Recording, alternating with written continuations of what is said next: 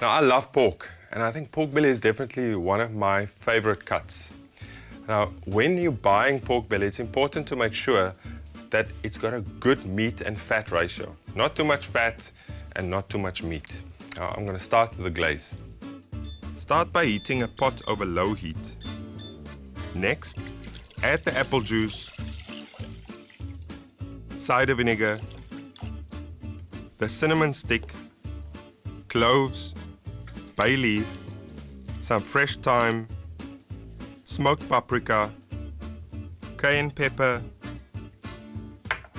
and caster sugar, soft brown sugar into the pot and reduce until syrupy. When ready, remove from the heat, cover and leave to infuse. Now, leaving it to infuse gives it that extra intensity and a real depth of flavor. After it has infused, pass the glaze through a fine strainer and keep it aside until later. Now for the star of the dish, the pork belly. Take a frying pan and add a dash of oil. Heat up until hot. And now take the pork belly and sear it on all sides until evenly browned. Place the meat into a roasting tray and pop into a preheated oven at 180 degrees Celsius. And warm through for about 30 minutes. Now be sure to put the pork belly into the oven with the skin side up. And I'm pre-cooking the pork belly before I start to glaze it, because if I start glazing it too early, you run the risk of burning it. After 30 minutes, remove the pork belly from the oven and season with some salt and pepper. Now take a brush and glaze generously on all sides. Place the pork back into the oven and reduce the oven temperature to 170 degrees Celsius for 1.5 hours. Now, by glazing it every 20 minutes, you'll get a nice caramelizing, glazy stickiness on the outside of the pork. When the pork belly is ready, remove from the oven and divide into 4 even-sized portions. Trim off any excess bits and now coat the pieces with a hot glaze and set it aside until later. Now, carrots are one of my favorite vegetables. And I remember my mum used to make this carrot puree using vanilla. It goes really well with star anise as well. That's what I'm going to make now. Take a pan and heat up over low heat.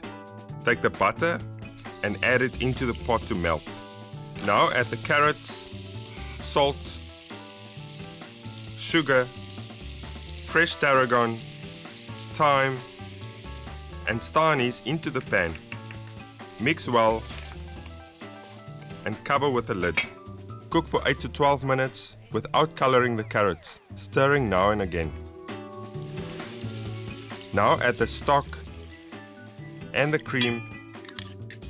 Now stir well until combined and cook at a fast simmer for approximately 20 minutes until it has reduced. Next, add the lemon juice and reduce further until it's thick and soft.